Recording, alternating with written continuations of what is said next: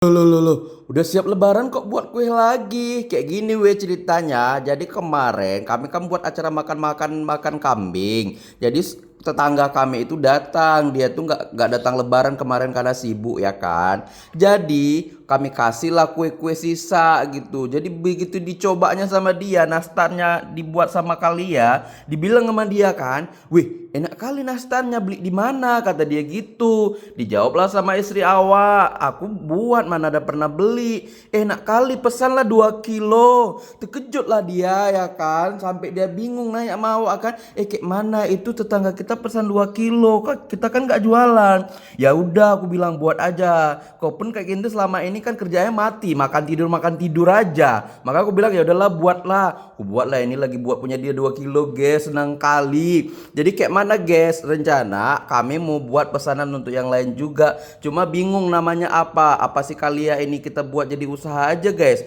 Karena kalau enggak ya gitu-gitu aja hidupnya, nggak ada kemajuan gitu. Ini dia mumpung di mau nih kan, jadi dia nggak mudah-mudah mau. Jadi untuk kalian yang mau order itu, dia mau buat itu suatu kebanggaan dan suatu keistimewaan. Semalam lagi dibilang ada yang WA dia dari Banda Aceh suruh buat, tapi aku bilang jangan dulu lah, buat ini aja dulu, takutnya nanti kok ini males-malesan. Kalau emang udah serius buat usaha terus, biar kok ada kerjaan, aku bilang gitu. Menurut kalian gimana weh?